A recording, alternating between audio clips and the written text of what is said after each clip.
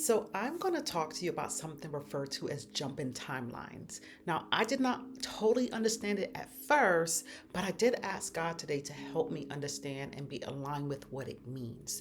So, I'm going to give you some examples and then I'm going to give you a personal experience. So, an example is that you can be on a path of alignment or not be in alignment. And what that means is that you can be en route of where you're supposed to be going in your purpose and your assignment and life and all the things you want, or you can do totally opposite and don't do anything and be stagnant and delay and cause yourself to be in despair because you're often in regret because you're not doing the things you want. So, there is a connection to happiness and fear. And the connection is one leads to a path of righteousness and abundance and prosperity, happiness, joy, peace, fruits of the spirit, and the other one leads to self-doubt, doubt of others, moving in fear, not operating the way you should. So let's talk about both paths. So if someone's on a path of happiness, they're actually in alignment to the space they're going to because they feel the joy. They're excited. They want it. They understand the why behind it. There's purpose. They're driven and they're moving regardless of what obstacles they're facing. Now that is helping them be in parallel to the space that they're supposed to go to, the destination. Oftentimes I talk about a map. God will give us a map like Google, and you're supposed to go from point A to point B. They'll be in parallel to where they're supposed to be going. Okay. Now you have someone who is on the opposite side and they're in fear, they're in, disappointment and not progressing the way they should. They're on a different timeline. Now, this is the same person, okay? There's one person that will be in progress to where they're supposed to be going, their destination, and that same person can also change their timeline and delay where they're supposed to be going and the task and responsibilities that they're supposed to fulfill by not doing anything. So that one individual can have different outcomes in their lives. And that's what jumping timelines mean.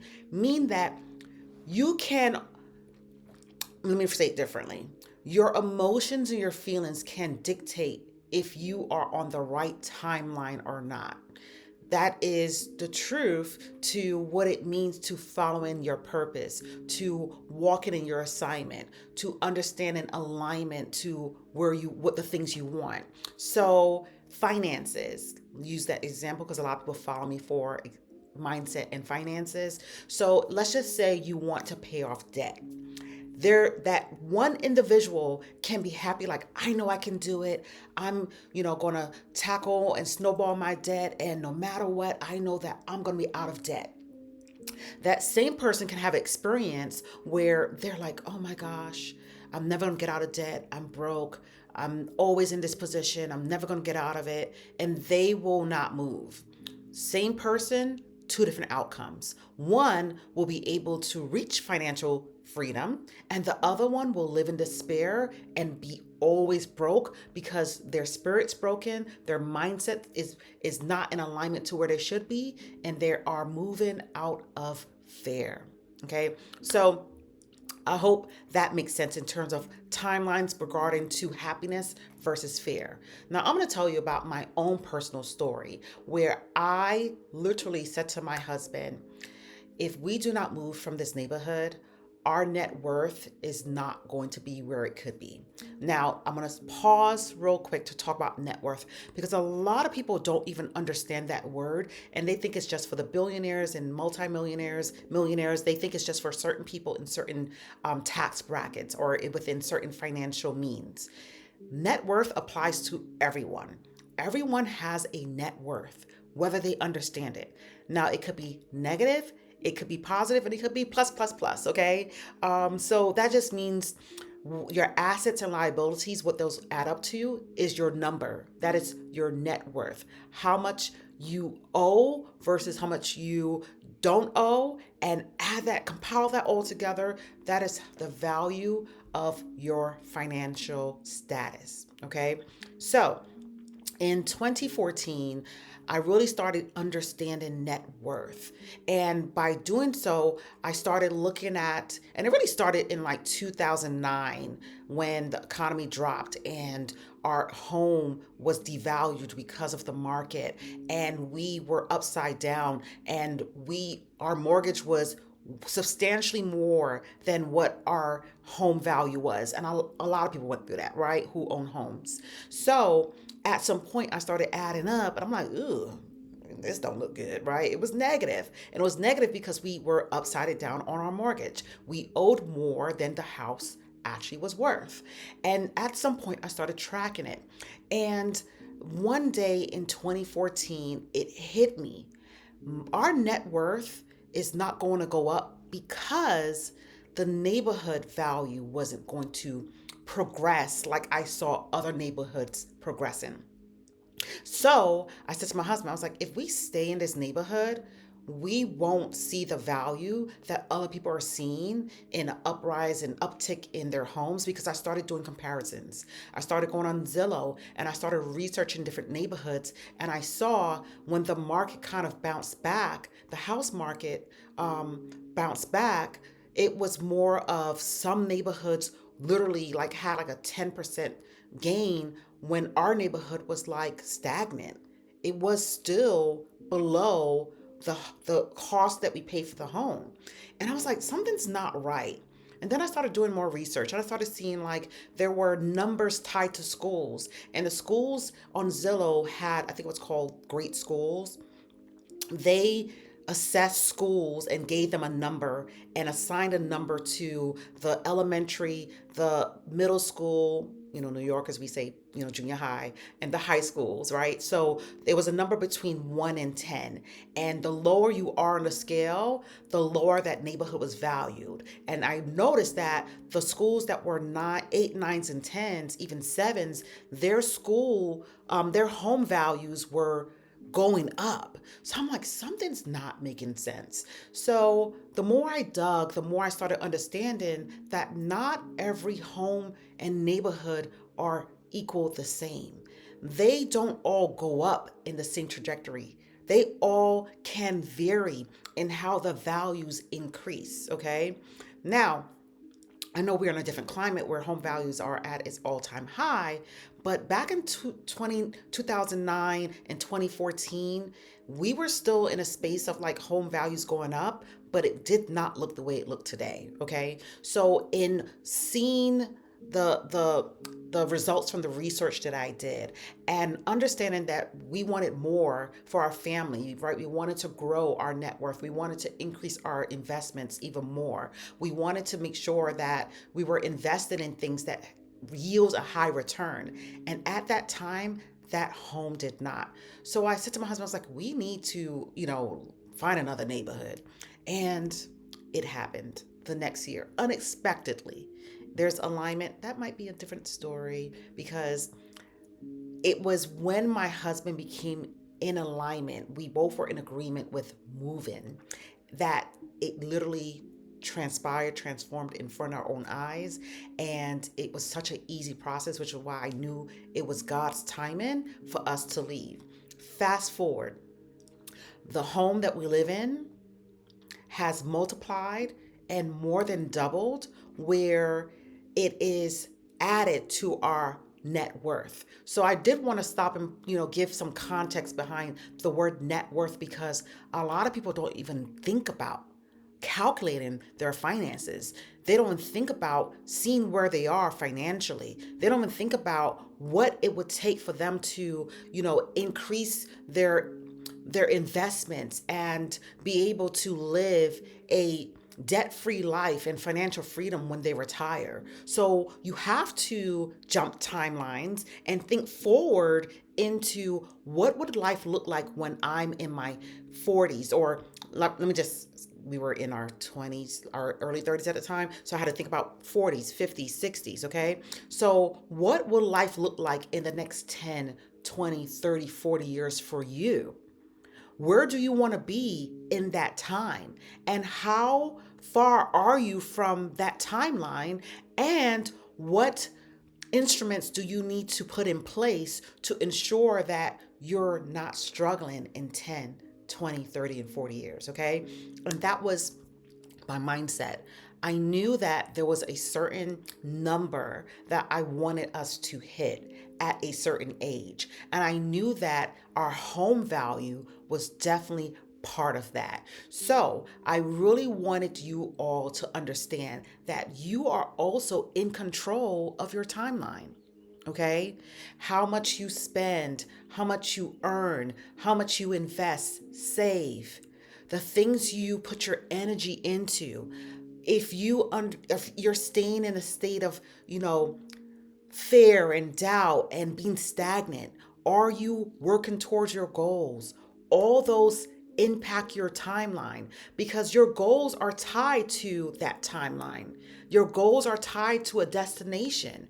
And if you understand you have to do the work, that means that there's certain elements you need to put in place to ensure that you are meeting those goals. Yesterday, I made a video and I posted it. I want to say it was yesterday. I posted it today, actually, where I talked to you about the 5 steps that you can take to walk into financial freedom for those who are in debt and want to get out of debt. It is crucial that you pay attention to your finances. Don't feel defeated. That is a pastime moment. In the now and moving forward, we're moving in victory. We're moving in knowing that we are winners. We are moving in knowing that God has us, that God is going to prepare us. And by preparing us, we have to do the work. So do not allow where you are today to make you feel like you can predict your future in meaning like nothing's going to work out for you. No, that is not the right mindset to have. That's actually called a fixed mindset. You want to have a growth mindset, one who knows that anything you put your mind to can become a possibility, can become your reality, that you are understanding that money is an energy. And when you are operating in a negative energy about money, then you're going to have a negative experience and be on the negative timeline tied to money. And you can shift it to a positive timeline of understanding that money is supposed to work for you. Okay, that's where we talk about investments, multiplying what God has given you. That's what we talk about, getting out of debt so you're not paying people back these high interest on these credit cards and it's taken away from money that you could be investing. You don't have to stay in a state of despair. At some point, it becomes a choice. No matter how hard it feels, it becomes a choice whether you stay in it or not. So I'm here to tell you, you can jump timeline. You can be able to shift the trajectory of your family generational wealth building and be that person to change your family history for the positive. You don't have to repeat old cycles. You don't have to repeat what you did yesterday or even this morning. You can make a commitment in this moment to do something that will bring you happiness and joy. And it all starts in the mind. It all starts here. This is where your power lies. How you think, how you speak, and how you act becomes your reality. And for those who don't understand it, I pray that you do. But for those who have been seeking answers, this is your answer. This is the answer. This is part of the answers. There are many answers. There are many equations. But I'm telling you, you don't have to stay stuck. You can be on the path that you need to be on. Even if you were not on that path this morning, you can in this moment say, you know what? It's about time. I know that I deserve more. I know I want more. It's time for you to get out of that bad relationship. It's time for you to stop having bad money mindset that's causing issues in your finances. It's time for you to see that someone telling you something is for your own good and it's not happening to you, but for you.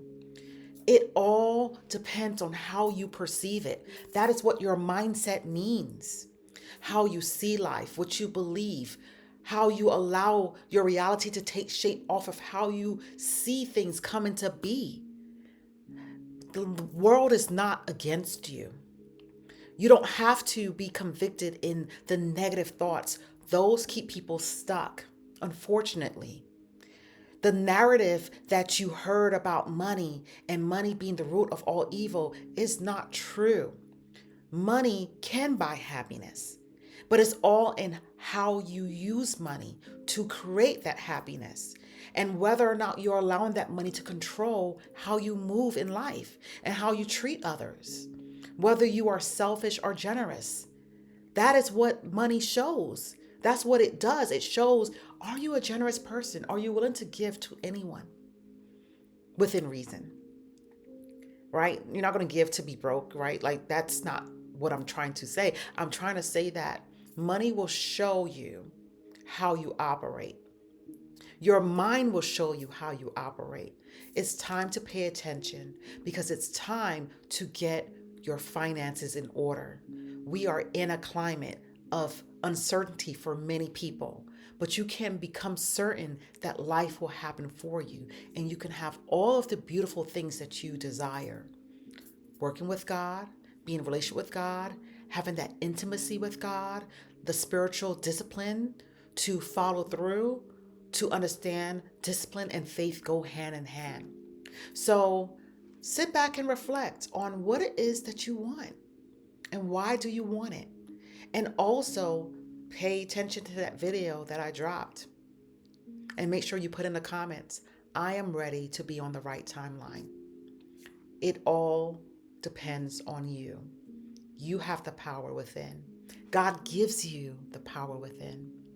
You can become who you desire to be. It is written. Now, you have to decide which timeline are you going to be on. And I want you to be on a timeline of happiness, joy, and peace. I pray that this video will spark something in you for you to go after the things that you want, for you to decide it is time to get your house in order.